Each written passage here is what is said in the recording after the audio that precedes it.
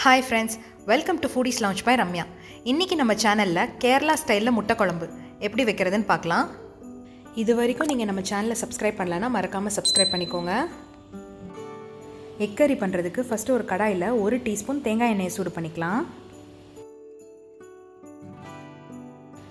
இப்போ இதில் 2 கிராம்பு சேர்த்துக்கலாம். கூடவே 4 பல் பூண்டு சேர்த்துக்கலாம். 3 பச்சை மிளகாய் சேர்த்துக்கலாம். 1 டேபிள் ஸ்பூன் பொட்டுக்கடலை சேர்த்துக்கலாம். இப்போ இது ஒரு வாட்டி நல்லா ஃப்ரை பண்ணிக்கோங்க.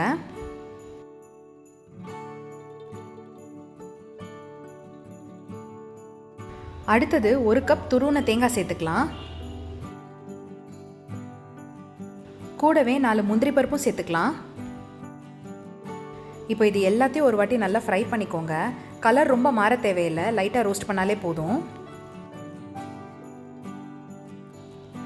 இப்போ இந்த மசாலா நல்லா ரோஸ்ட் ஆகிடுச்சு. இதை ஆற விட்டுருங்க. அதுக்கப்புறமா ஒரு மிக்ஸி ஜாரில் சேர்த்து கொஞ்சமாக தண்ணி விட்டு ஒரு ஃபைன் பேஸ்ட்டாக அரைச்சிருங்க. இப்போ மறுபடியும் ஒரு கடாயை சூடு பண்ணி அதில் 1 டேபிள் ஸ்பூன் தேங்காய் எண்ணெய் சேர்த்துக்கலாம். இப்போ இதில் 1/2 டீஸ்பூன் கடுகு சேர்த்துக்கலாம். கூடவே 1/2 டீஸ்பூன் சோம்பு சேர்த்துக்கலாம். 4 காஞ்ச மிளகாய் சேர்த்துக்கலாம். 1 கொத்து கருவேப்பிலை சேர்த்துக்கலாம். அப்புறம் 2 மீடியம் சைஸ் வெங்காயத்தை கட் பண்ணி வச்சுருக்கேன், அதையும் சேர்த்துக்கலாம்.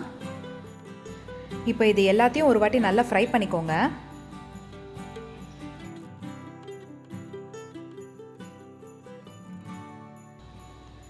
இப்போ இதில் 1/2 டீஸ்பூன் மஞ்சள்தூள் சேர்த்துக்கலாம். கூடவே தேவையான அளவுக்கு உப்பு. இதை எல்லாத்தையும் மறுபடியும் ஒரு வாட்டி நல்லா ஃப்ரை பண்ணிக்கோங்க.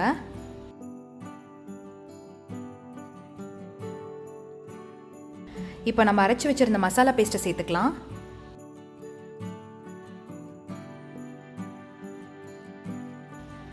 கூடவே 1 கப் தண்ணி சேர்த்துக்கலாம்.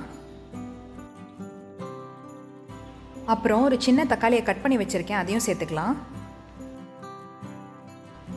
இது எல்லாத்தையும் ஒரு வாட்டி நல்லா மிக்ஸ் பண்ணிக்கோங்க.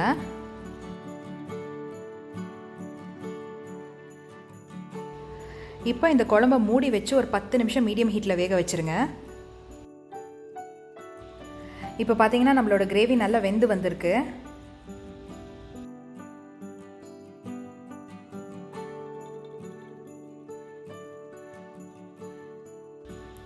இந்த ஸ்டேஜில் நான் 3 வேக வச்ச முட்டையை சேர்த்துக்க போகிறேன்.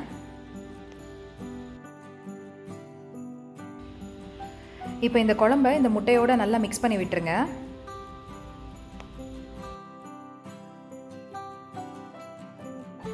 மறுபடியும் ஒரு 2 நிமிஷம் போல் மூடி வச்சு வேக வச்சுருங்க.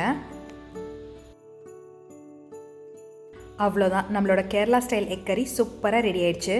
இது ரைஸ், சப்பாத்தி, இடியாப்பம் எல்லாத்துக்கூடயும் சர்வ் பண்ணலாம். ஸோ ஃப்ரெண்ட்ஸ், நம்மளோட கேரளா ஸ்டைல் எக் கறி எவ்வளோ ஈஸியாக பண்ணோம் நீங்களே பார்த்தீங்கல்ல. இதே மாதிரி இன்னும் நிறைய இன்ட்ரெஸ்டிங்கான ரெசிபிஸ் பார்க்க எங்கள் சேனலில் லைக் பண்ணுங்கள், ஷேர் பண்ணுங்கள், சப்ஸ்கிரைப் பண்ணுங்கள். கூடவே இருக்கிற அந்த பெல் சிம்பலையும் ப்ரெஸ் பண்ணிக்கோங்க. நான் இன்னொரு நல்ல ரெசிபியோட சீக்கிரமே உங்களை மீட் பண்ணுறேன். டாட்டா.